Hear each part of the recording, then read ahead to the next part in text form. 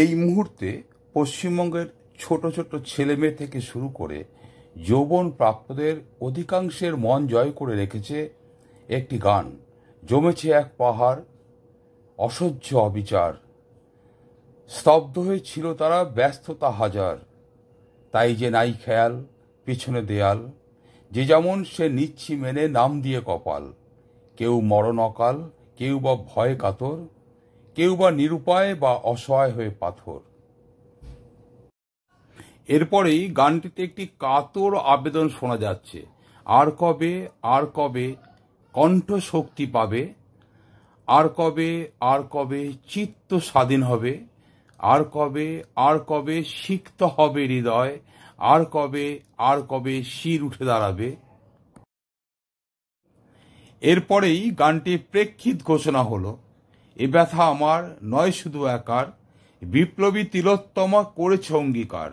লুটিয়ে গেছে প্রাণ তাই ধরে গান, করি প্রার্থনা বিফল না যায় বলিদান। আজ উঠুক জেগে সুপ্ত চেতনা, অন্ধকার হতে আলোকে হোক না পথ চেনা। গানটির শিল্পী অরিজিৎ সিং। শিল্পী এবং গানের লিরিকের প্রতি সম্পূর্ণ শ্রদ্ধা জানিয়েও বলতে বাধ্য হচ্ছি, এই মুহূর্তে সবচেয়ে জরুরি ছিল কবি সুকান্ত ভট্টাচার্যের লেখা সেই গানটি। বিদ্রোহ আজ, বিদ্রোহ চারিদিকে, বিদ্রোহ আজ। এত বিদ্রোহ কখনো দেখেনি কেউ, দিকে দিকে ওঠে অবাধ্যতার ঢেউ। বিদ্রোহের অবাধ্যতার ঢেউ এখনো ওঠেনি বলেই পশ্চিমবঙ্গের স্বাস্থ্যমন্ত্রী, পশ্চিমবঙ্গের স্বরাষ্ট্রমন্ত্রী আপন পদ বাঁচিয়ে রেখেছেন। এ প্রসঙ্গে সাধারণ মানুষের বক্তব্য শুনব। আমি পরিষ্কারভাবে একটা কথা বলি, যদি আজকে খাদ্য দপ্তরের দুর্নীতির জন্য খাদ্যমন্ত্রীকে জিজ্ঞাসাবাদ করা যায়, তাকে জেলে পড়া যায়, যদি শিক্ষা দপ্তরের দুর্নীতির জন্যে শিক্ষামন্ত্রীকে জেলে পড়া যায়, তাকে জিজ্ঞাসাবাদ করা যায়, তাহলে অন্তত স্বাস্থ্য দপ্তরে এই যে দুর্নীতি, যেগুলো প্রমাণিত দুর্নীতি, তার জন্য কেন স্বাস্থ্যমন্ত্রীকে জিজ্ঞাসাবাদ করা যাবে না, বা তাকে দরকার পড়লে কেন জেলে পড়া যাবে না, আমি জানি না এই দাবিটা কেন উঠছে না।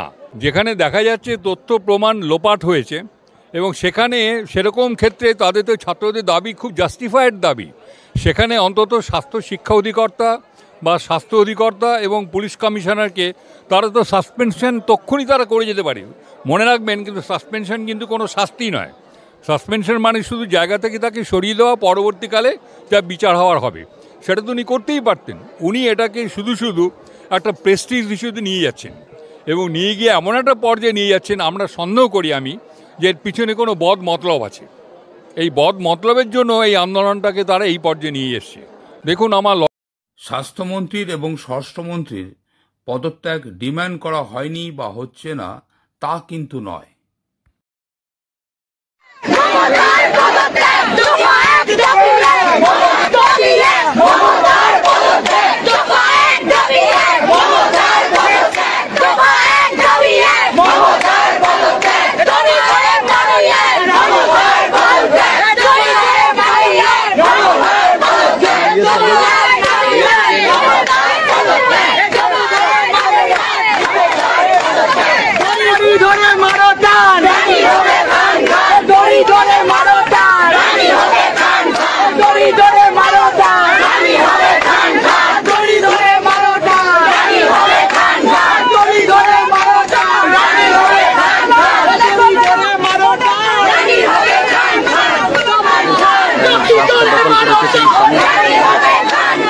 রক্ষা দখল করেছে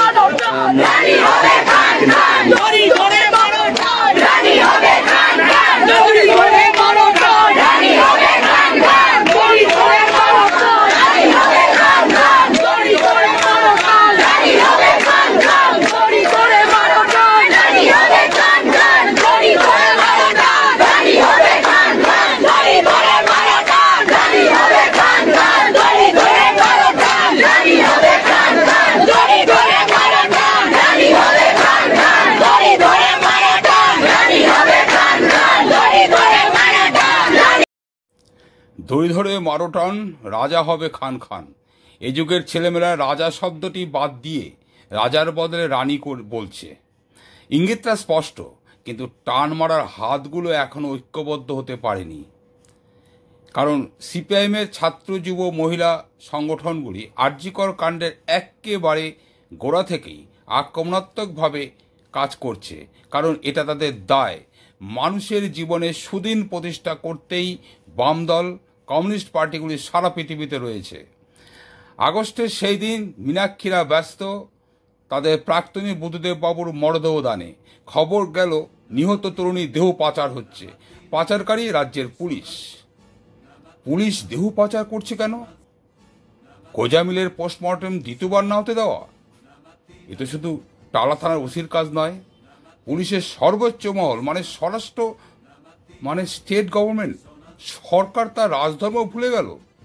এবার বিষয়টা পরিষ্কার হচ্ছে, দক্ষিণপন্থী শাসকের পলিসি তো বামেরাই বোঝে। তাই মীনাক্ষীদের দ্রুত আরজিকর ছুটে আসা। মীনাক্ষীকে বাধা দিতে মহিলা পুলিশ কোথায়? অন্যায়কারীর আবার নীতিবোধ। মাত্র 2 মাস আগে লোকসভা ভোটে বাম শূন্য পশ্চিমবঙ্গ। আপনাদেরকে আমরা জয়ী করিনি, এটা আমাদের লজ্জার নয়, এটা আমাদের বোকামি।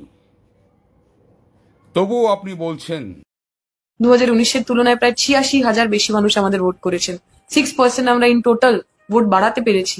ফলে মানুষ আমাদের শুনেছেন, কিন্তু যতজন মানুষ আমাদের কথা শুনেছেন বলে আমরা ভেবেছিলাম বা আমরা আশা করেছিলাম সেটা শোনাতে পারিনি। এটা তো ওই মানে ওয়ান ডে ম্যাচ নয়, 2020ও নয়, টেস্ট ম্যাচ। দূরে খেলতে হবে, আমরা ক্রিজে রয়েছি। এই জায়গায় এসেই মনে হয়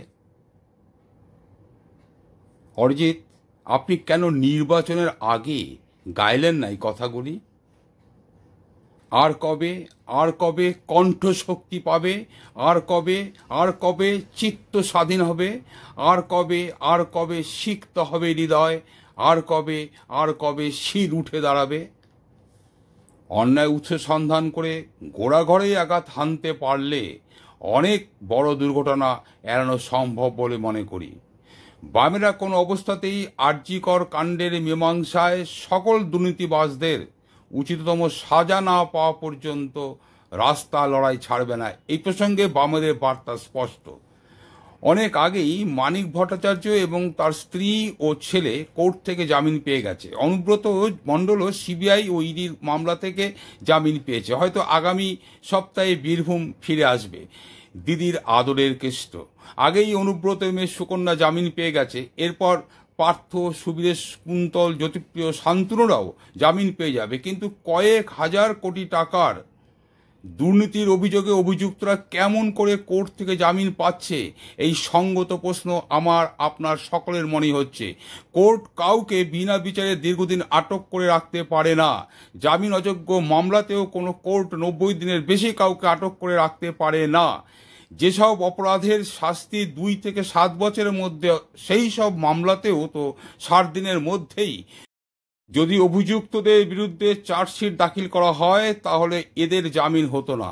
সিবিআই বা ইডি দুর্নীতির মামলাতে বা মানি লন্ডারিং কেসে যে চার্জশিট জমা দিয়েছে তা হচ্ছে সাপ্লিমেন্টারি চার্জ শিট, অর্থাৎ এখনও ফাইনাল চার্জশিট জমা পড়েনি। সাপ্লিমেন্টারি চার্জশিটের উপর নির্ভর করে কোনো অভিযুক্তের বিরুদ্ধে চার্জ গঠিত হয় না।